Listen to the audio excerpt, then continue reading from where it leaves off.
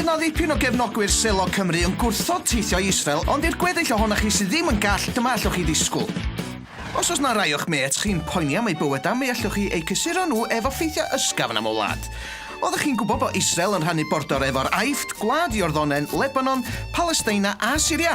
Dyna ni, pawb yn teimlo'n well rwan, dydi? Cyn i chi ddechrau cynhyrfu, mae gennych chi gymaint o siawns o weld dafad ar Westgate Street ac sydd gennych chi o ffeindio'r camel yn Tel Aviv.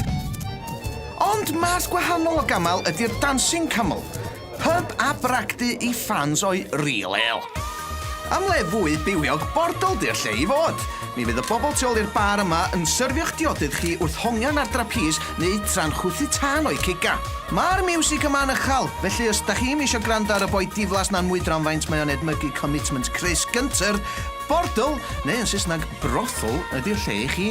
Reit, y treitha, ac mae yna un i bawb ar hyd yr 8 milltir sy'n edrych allan ar fôr y canoldir. Os ydych chi'n aflonydd ac yn rhoi go ar syrffio, ewch i draeth Hilton reit yng nghanol o ddinas am y tonnau gorau. Os da chi ddim yn awyddus i wneud twat o'ch hun, mae traeth Gordon ymhlith y mwyaf poblogaidd. I rai sy'n fwy diwylledig, ewch i weld y gwaith graffiti ar strydoedd ardal Florentine. O fama mi allwch chi grwydro eich hun, neu os ydych chi'n flush, tawch am berson artistig i'ch tywys chi. Digon o ddewis ar mecomi.com. Newyddion da i chi ddynion, achos mae Tel Aviv yn gartra i rai o genod dela'r byd. Mae'r ddinas ar restr y 10 ucha ar askmen.com, ac o feddwl nad ydy merched Belgrade, Riga na Oslo'n agos i'r sioe, mae hynny'n addawol iawn. Mae merched croen tywyll y ddinas yma'n enwog am eich Gyda gwyrdd hyfryd. Ac mae'n siŵr bydd bob un ohonyn nhw chwilio am foilys gachu o nefyn sydd i chwdu dros di grys. Genod, peidiwch â digoloni achos mae yna digon o ai candy i chi hefyd. Os ydych chi'n ddipyn o fan o Sky-Fi, ewch draw i neuadd y ddinas i gael tynnu'ch llun efo'r escalator sydd wedi ei selio ar ffilm Star Wars. Ond ella fydd George Lucas wedi swio nhw erbyn hynny. Os ydi fan o'r hyd bell, allwch chi wastad adio cyswllt newydd sy'n gweithio i Google ar eich LinkedIn a landio fel crib ar eu stipan drws nhw. Yndi mae swyddfeydd newydd y cwmni yn Tel Aviv yn anhygoel ac mi fysa symud o un swyddfa i'r llall mewn sleid yn codi calon unrhyw un sy'n poeni bod pris peint yn y ddinas yn £6.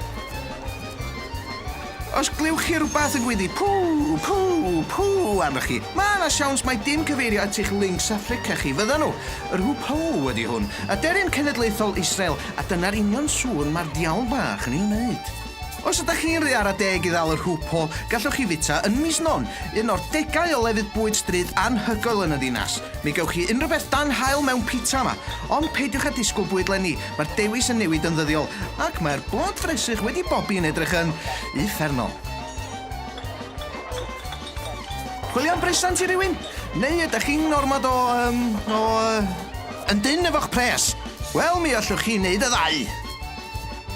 Os fyddwch chi'n ddigon lwcus i ddod o hyd un, mae pob dydd Gwener yn Free Art Friday. Mudiad cwl o artistiaid lleol sy'n gosod ei gwaith mewn gwahanol lefydd o gwmpas y ddinas mwyn i bobl eu cymeru nhw am ddim. Dyna chi wyllus da. Bron y digon i wneud i chi anghofio am bechhodau'r wlad yn ddiweddar. A dyna ni ein pecyn Tel Aviv ni drosodd. Shalom, a cymerwch ofal.